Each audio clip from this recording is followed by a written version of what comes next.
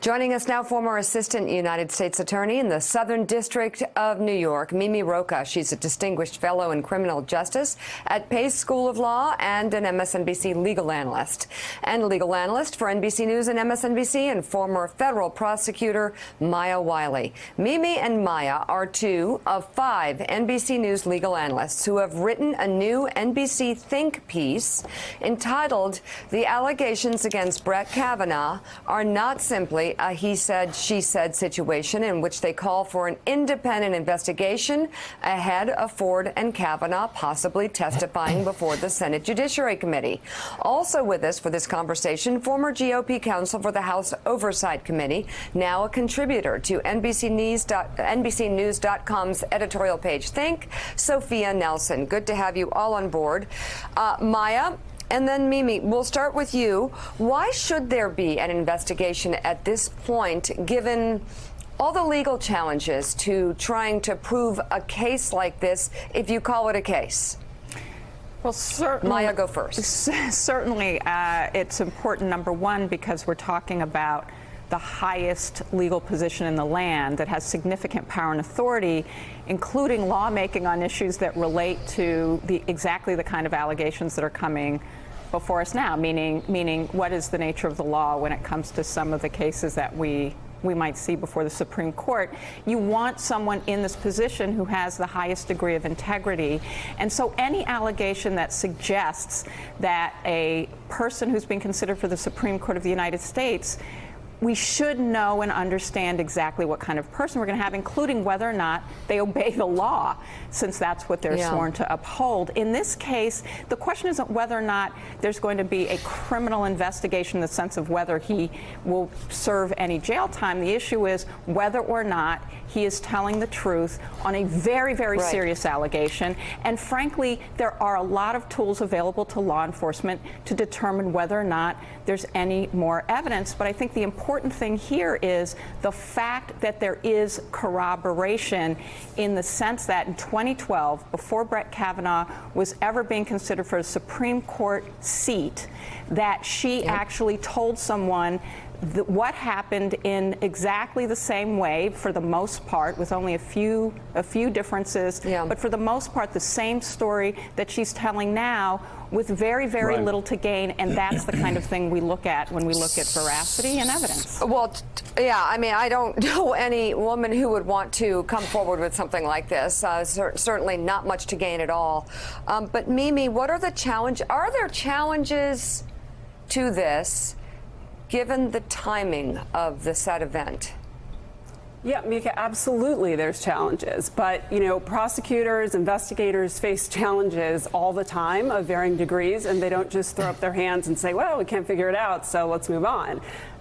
You know, but aren't there statutes of limitations for a reason, especially in cases that are 30, 35 years old and happened when someone was in their formative years? I mean, I just have to push back. Every legal expert that we've had on says there's no legal remedy for this.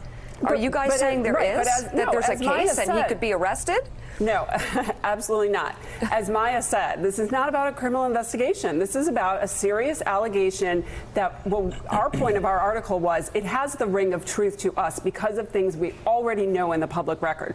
The fact that she gave a consistent statement to her therapist, the fact that her story, if she was going to make it up, why would she put Mark Judge at the scene? Why would she put a witness there who, you know, is in all likelihood going to contradict her because he's a friend of Kavanaugh's? Why? What would her motive be for coming forward?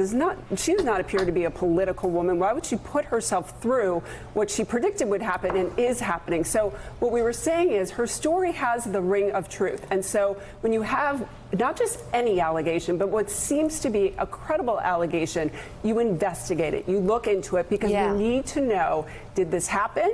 And you can make people can make their own decisions about whether that means he should be a Supreme Court justice if it happened, and is he lying now, and should that affect his ability to become a Supreme Court justice? So that's the point of our article, and that's why we think an investigation should be done. And what the Republicans are offering to do right now is a total sham. They want to throw her up there. They've already made up their mind. I mean, remember, President Trump won't go sit with Robert Mueller for an interview because he thinks it's a perjury trap. But this woman is supposed to go in front of judges, meaning the senators, who have basically already decided she's lying.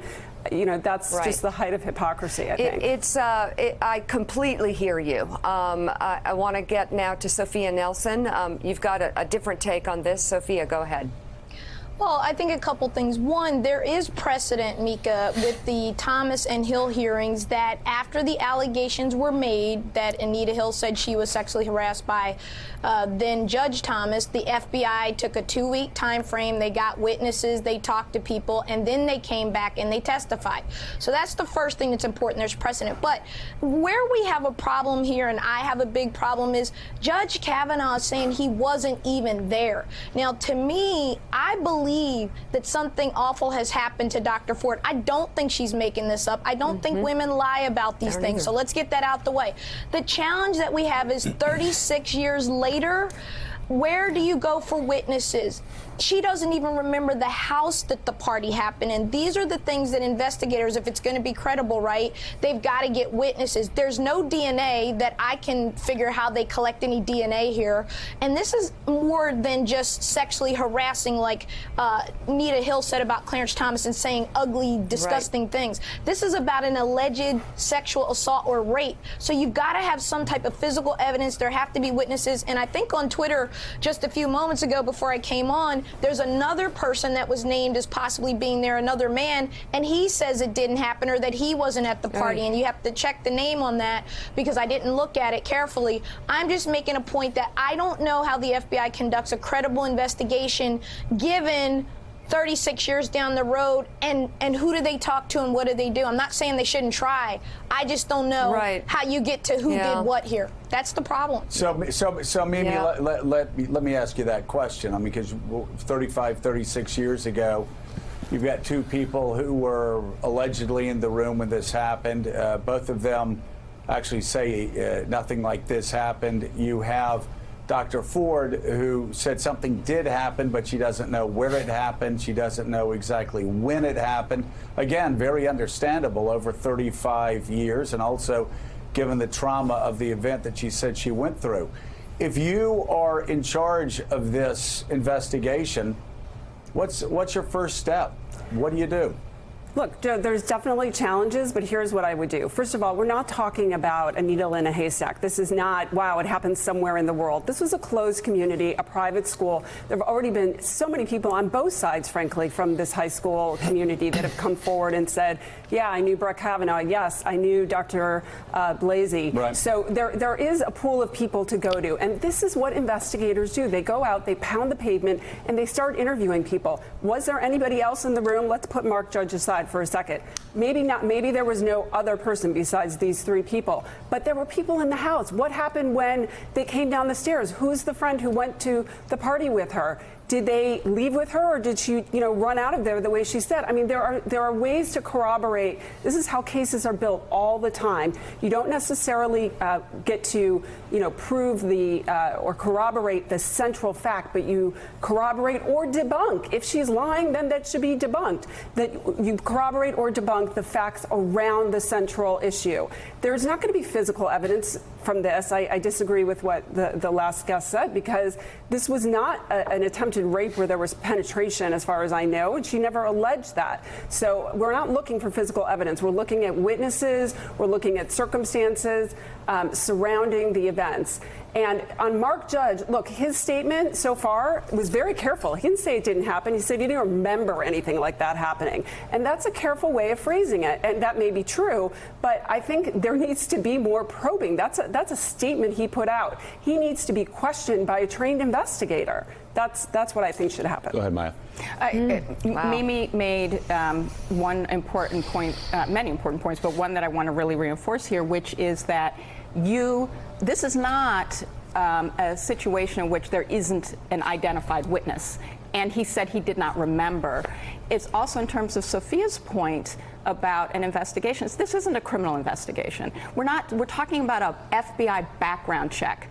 The standard of proof is different. So it's not a question of DNA evidence, not only because it wasn't a rape allegation, it was an attempted rape allegation, but because the question is, can we establish enough of the facts to demonstrate that whether or not Brett Kavanaugh is telling the truth or Professor Ford is telling the truth, right? That's the issue here, is veracity, truthfulness, credibility. And remember that in this case, since we're not talking about a criminal case, what interest does the public have in not trying to find out as much as it can in this set of circumstances? There is actually no public interest in failing to reopen an FBI background check to go and try to find out whether there's any more information we can get, including the fact, and this is also important to Sophia's point, is it's not a question of, no, one of the issues is, where was the party?